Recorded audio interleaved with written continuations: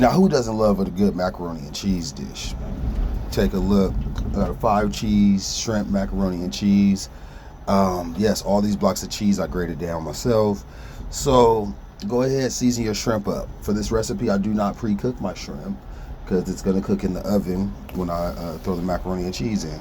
But I go ahead and I season my shrimp up with a couple of the Obey seasonings I have, a little Cajun seasoning. But once again, this is another situation. You have to season it to your liking. Don't season heavy. Just know, depending on the cheese you get, your cheese can be your flavoring for this meal. So, you get all my shrimp. I didn't take a video of me boiling noodles. That should be pretty simple. So you take your choice of noodles and you're gonna strain them. Right after you strain them, it's very important that the next step is still done while the noodles are still hot. That's gonna play a role in this step. So I'm gonna go ahead and get ready to start putting my noodles in my pan. Now mind you, this was made for multiple people. You'll see me working on some little side pans out of this one big pan. So don't pay it any mind. But what you're gonna wanna do is get your noodles in the pan, and the next thing you're gonna do is I take my stick of butter and I use about half the stick of butter. This is a good time if you want. You can lightly salt and season your noodles with a little salt and pepper if you decide to. For my recipe, I did not do that because, like I said, I got 5 different cheeses, everything from I have a smoked Gouda, Colby Jack habanero. I used a aged Vermont cheddar. I also used spicy 3 pepper cheese that I have out here. That's that.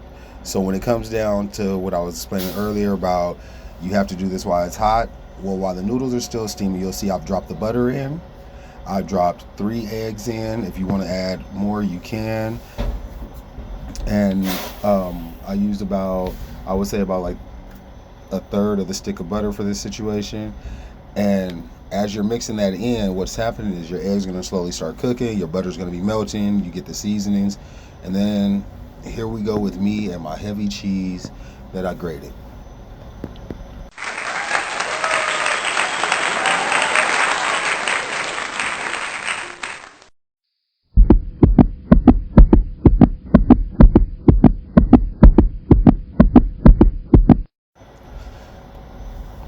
So you want to make sure you get your cheese nice and mixed up, make sure every layer has a nice amount of cheese. I mean, to me, you can't be too shy with the cheese situation, but hey, that's just me.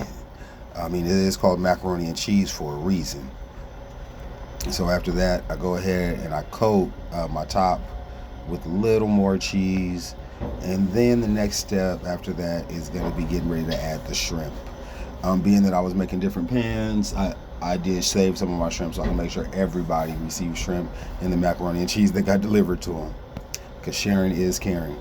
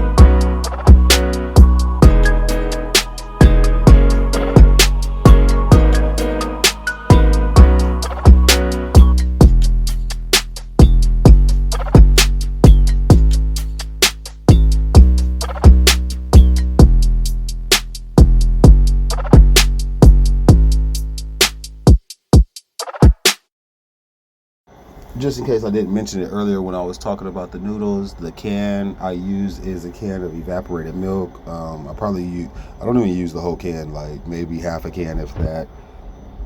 So, but back to the macaroni and cheese. As you see, I have my shrimp. I'm going ahead and spreading that out, making sure I have some layers of shrimp on top because it just gives it a pretty image after all the cheese melts and your shrimp is cooked, and it looks like something you want to eat fresh out the pan.